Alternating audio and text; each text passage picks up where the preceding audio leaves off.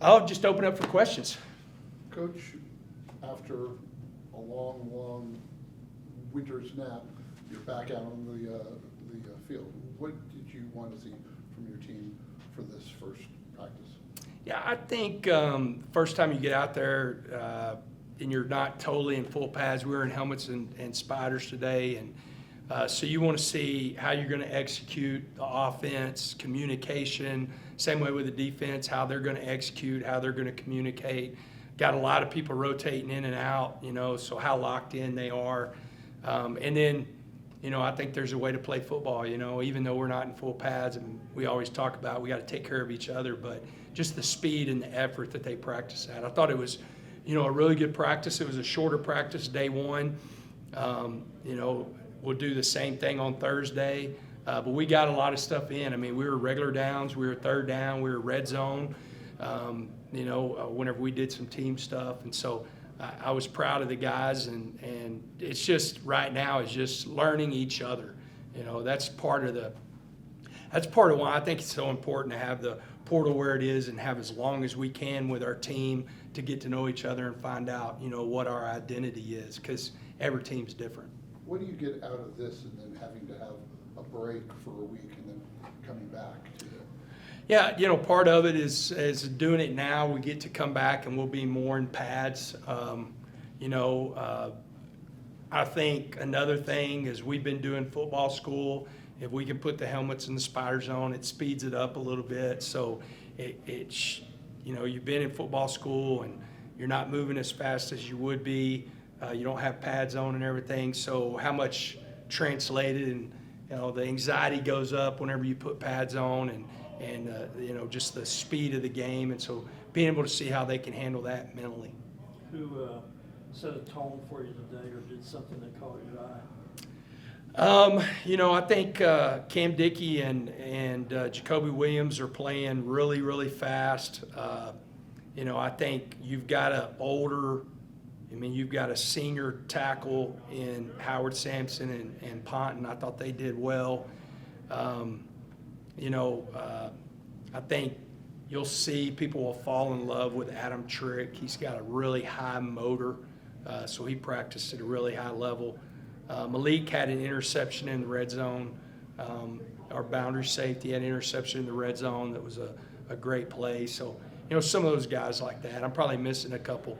And then, I always kind of laugh. I said, I've been saying if Thor had triplets, it would be John Curry, Austin Romaine, and Ben Roberts. I mean, those guys just, number one, they look incredible right now. John's 231, Austin's 241, and Ben's 251. I mean, they really look good. They're playing well together. It's like Austin has been with us for more than a couple of months. Are there any developmental guys who've kind of made a big jump this offseason? I thought, just talking about young guys too, but I thought Felix Ojo had a really good practice today. Guys that I think have made a big jump. Deantis Upshaw, he is in a true battle for that left guard position. He's a little bit farther along than what we thought last year because he was in the two deep and he was a redshirt freshman. That doesn't happen a lot in the offensive line, and now being a redshirt sophomore, he's had a great offseason in the weight room. So I think he's a guy that has really shown up. Expecting a lot out of Ansel. You've got two really good old guys. Trey White is practicing his tail off, and Adam Trick, and then what's behind them. You lose the guys that were behind them. You forget, you lose Terrell Tillman and Charles Esters that have been here for a while. And so Ansel, Charles Anderson, it's those guys' time to step up, and they're doing a really good job. How did Upshaw end up here in Tech? He was going to a junior college. It's really one of the deals. He was at a school that, as of late, hadn't had a lot of success. I think a lot of people passed up going by there. And, he's a kid that he was going junior college because he wasn't being recruited really, heavily. And we watched his tape, and, Blanche brought it into Clay McGuire and said, man, we really need to look at this guy. And so we're able to get him to walk on, and man, he's just really grown into a really good football player. Regarding him being a guard now, since he was a left tackle Yeah. last year. Did you move him to, do you see him long-term as guard, or just move him there because that's to give him an opportunity to compete for a starting spot?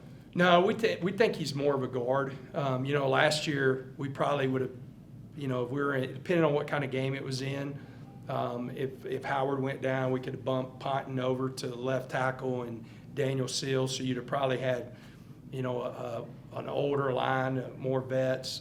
But like, he's a really physical kid. He's really good in the run game. Lengthwise, he's more suited for guard than tackle. I think sometimes it's hard for a tackle to move into guard mentality because tackle's a little bit more finesse position. Upshaw has a really, he's a physical kid, so his demeanor will fit at guard. Coach, it kind of seems, speaking on guys that have really developed this offseason, Micah Hudson today really looked like he's transformed his body. Kind of speak on, how he's attacked this offseason. Yeah, Micah's a really good story. I didn't tell it last year, and I can say it now, but what people don't understand is Micah Hudson walked on last year. He was not on scholarship. We just put him back on scholarship in January. He wore number 14. I was not going to give him number 1. He would have to earn it back. Like, Micah did a lot of things to be back at Texas Tech because, he knew that this is where he should have been and stayed, and it's going to pay off. I mean, it's one of those deals. He's running with the ones. That is the one thing I think that we as a team are really deep, and so you're going to see, I think, a bigger rotation at receiver than what we have in the past, without a doubt, because we are deeper in that room. And our tight end room is really good, so you're going to see tight ends on the field, which we've done that since I've been here. But Micah's really done a phenomenal job of buying into everything that Coach Juice and Max asking him to do, and it's paying off. Can you break down just the receivers, what positions they're playing? Yeah. So Kenny is playing out, and the other thing too is we're going to move our guys a lot more than what we've had in the past. Or we really kind of had an right outside receiver, left outside receiver, and if we went to trips with the receivers, they would come over. We're going to be more formation based to where we can hopefully dictate to where people. We felt like Oregon really took our outside guys away, and we have got to do a better job at being able to move our playmakers around to make them do more than to take those guys away. But Kenny and Mike are on the outside. Dante's on the outside. Malcolm's on the outside. You've got Coy at slot. You've got Jalen at slot. Leighton Stone will be on the outside. Bryson Jones will be on the outside. Tristan Gentry's on the inside. Deaver is on the outside. And I think there's guys like Coy who's very interchangeable. The one thing that we really fortunate is Jalen can do a lot of stuff that we asked Jacobe Williams to do in the passing game. So if we go 21 personnel or 20 personnel with the 2 backs and we're getting Jacobe out in the pass game, you want to have another guy like him. Jalen can do a lot of stuff that he's doing. Will Q coming in allow you to use Jacobe more of kind of like Swiss Army knife, including special teams? Yeah, that was the biggest thing that, I guess took for granted last year. And whenever Q went down, the first thing Kenny Perry did, he came to my office and he goes, man, this is going to affect me more than it's going to affect the offense. Because Cam Dickey played on every special teams. We had to take him off. Jacobe was our primary returner. We took him off until midway through the season. And so we're going to be able to put both of those guys back on. Q was doing some punts. We'll be able to use those guys. But, that was one thing that we've really been looking in Miami, the receiver that they do a lot of stuff with. That was one thing that Garrett's done a study of looking how they got him the ball. But also, you don't want to go in a game plan. That's what we're fortunate. You don't want to go into a game plan and say, okay, we're going to do all this, and then you only have one guy that can do it. Jalen can do it. Malcolm can do it. Some of the stuff that we're going to do with Jacobe. So he'll be a Swiss Army knife. We're going to line him up everywhere. What did you see day one from Sorsby? I loved the way he operated the offense. I thought that he moved well in the pocket. Where we've got to get better as a whole on offense is just our tempo, and not just necessarily tempo like a playing faster, but just the way we're talking and communicating and get lined up. But that's, that will come with practice. But I thought he did a really good job.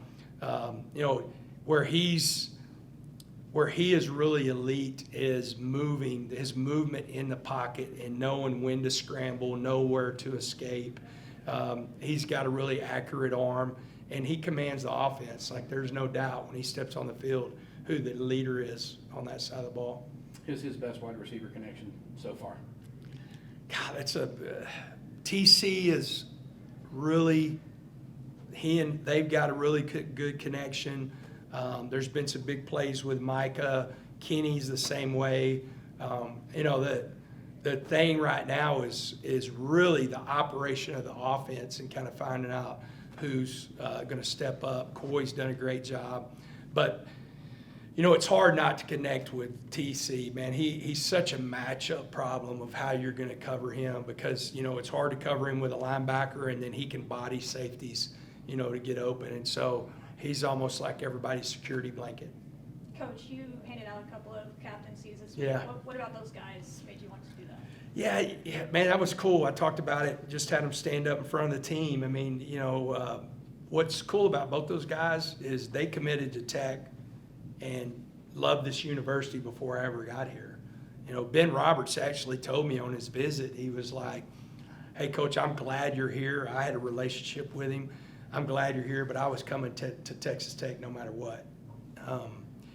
Those guys, they committed to this university. In this day and age, it's really cool. And then you're talking about a 4-year starter and fixed to be a 4-year starter and a 3-year starter. They've been in this program. They know what we're about. They know what we're trying to do. And they have been very vocal in trying to push the guys and hold everybody accountable. And they have the respect of their teammates. Whenever you have that stuff to where you really know what we're trying to do as a team, you're not afraid to speak up and hold each other accountable, and then you have your respect to your teammates, then that's usually what captains end up in. And they're great teammates. Like, they are great teammates. They are leaders, but before anything, they're great teammates. Got time for one or two more. How are they chosen? Are they chosen by staff or by? No, chosen by me. I've until 2 years ago, I guess, I've never put a captain's C on any jersey, and we did that, coming out of year 2 with Barron and Bryce and Jacob. We were lucky to have those 3 back. Caleb Rogers, whenever he was here, and we had 3 back. So we just kept those 3. I didn't add anybody last year. And then I'll add a couple more. It could be 2 more, it could be 3 more, and just kind of see how they, handle it. And I thought those 2 guys would handle it really well. I told them just as fast as they put it on, which came in like probably 20 minutes to sew it on. That's how fast it can come off. Probably can come off faster than it went on. I ain't worried about those 2. Coach, going back to Micah for a second, in terms of his route running ability, have you seen his route tree develop now heading into year 3? I think more than anything, like, Micah's been to where he does that. It's just more confidence, and playing at the speed that he needs to play out to be effective. And I think, as you're going into year 2 of this offense, you have a lot more confidence. And I think that's one of his big things right now. He's playing with a lot of confidence. Which part of this team is more dangerous right now, the offense or the defense? God, that's a great question. I would have said going into this practice the offense, but man, that defense started flying around today, and I think it's going to be interesting because I think we're a really good team. It's just going to look different, maybe not as different. Well, I just think we're going to look different. I think the production is going to be there. I think you're going to look up and, Adam Trick's going to have 8 to 10 sacks, but it's going to look different than it did for Romello Height, I do think the depth of this team is what's really going to help us. I don't know who came up with a stat. I just saw it, but, You only have 22 on the field between your starting offense and your starting defense, and we have 23 starters that have played college football, that have started college football, and that was the highest in the country off the tweet that was put out. I don't know exactly who put it out, but I think the depth of this team is going to show up. It would be good to see who exactly. I would probably favor the defense because we wouldn't run Sorsby. We don't want to get him hit, but I think Cam and Jacobe would take care of some of that run game.